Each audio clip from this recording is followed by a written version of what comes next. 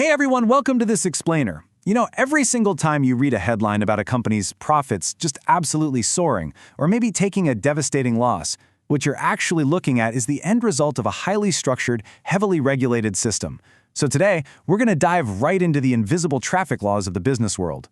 We'll unpack exactly how this system works, who gets to write the rules, and why they matter so much to everyone, from massive global investors all the way down to local college grads. To do that, we're taking a macro to micro journey through 5 key steps today. First, the rules of accounting. Second, set in global standards. Third, Nigeria's Financial Reporting Council. Fourth, creating local standards. And fifth, global versus local rules. Let's get right to it. Section 1. The Rules of Accounting, laying the foundation. Let's start right at the beginning and establish what we actually mean by financial accounting. At its absolute core, financial accounting is the practice of summarizing, analyzing, and reporting financial transactions specifically for public use. Now, it's really easy to just think of this as, just math or bookkeeping, but it's so much more than that. It is the vital information that everyone relies on. Whether you're a supplier trying to figure out if a business can actually pay its bills, a bank looking at a loan, an employee worried about job security, or even a government agency tracking the overall economy, you are relying on financial accounting. It's literally the universal language of business decision-making. Now, like any profession, accounting doesn't just exist in a vacuum, right? It operates within a very strict framework to make sure everything is consistent and uniform. You can really break this down into 2 distinct parts. First, the statutory framework. Think of this as the broad constitution of business, like Nigeria's KEMA or BOFIA laws that dictate how a company is even legally formed in the first place. But then you have the regulatory framework. These are the specific daily traffic laws, the central bank circulars, and the non-statutory accounting standards that everyone absolutely must follow to avoid a total financial crash. Moving on to Section 2, setting global standards on the international stage. Because in a hyper-connected, globalized economy, if everyone is speaking a completely different financial language, well, chaos ensues. So who writes these international traffic laws? Honestly, global standard setting has gone through a massive evolution. Think back to 1973. We had the International Accounting Standards Committee, or the IASC. This was an independent private sector body trying to set acceptable rules for the whole world. But as global markets just absolutely exploded in the 80s and 90s, the system needed a serious upgrade. So following a huge restructuring program right at the turn of the millennium, a much more robust body took over in 2001. That's the IFRS Foundation and its board, the IASB, which now holds the massive responsibility of developing and issuing these global rules. But wait, who keeps that incredibly powerful global board in check? Well, the ISAB is overseen by 22 highly diverse trustees, and they're appointed for 3-year terms.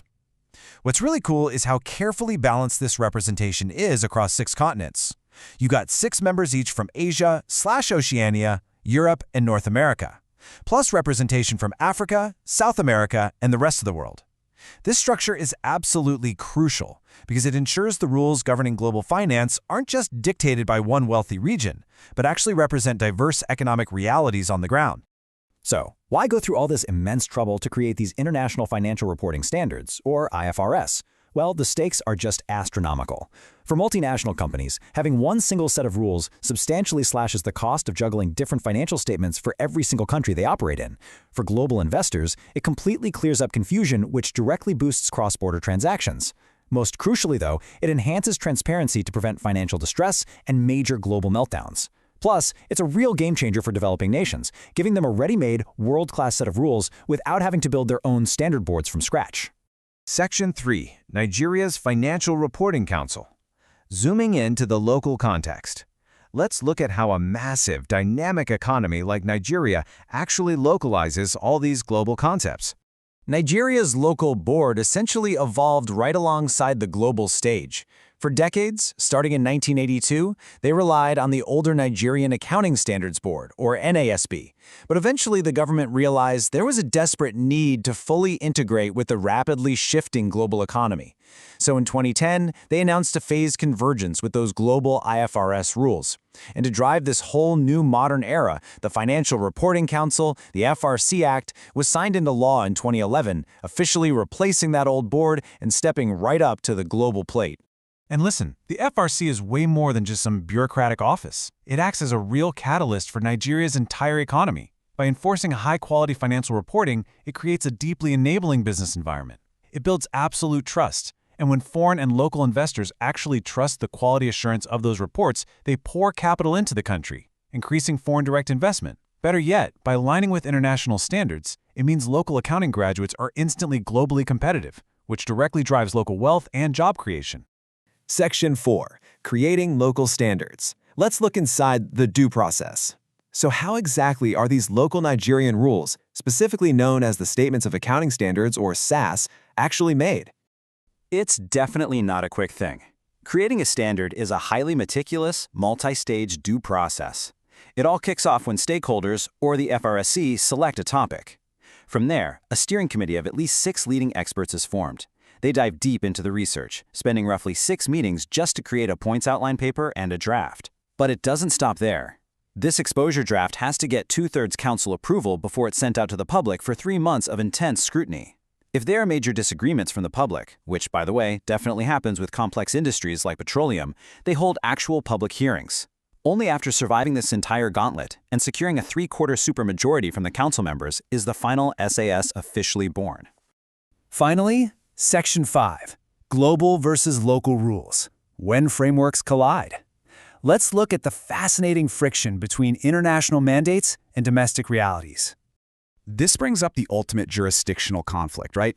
We just talked about how important global uniformity is, but we also know that economic environments vary wildly from country to country. So what happens when a global rule, an IFRS, directly contradicts a local Nigerian rule, an ASS? Who actually wins? Well, the resolution is actually crystal clear. Local law supersedes. Every time.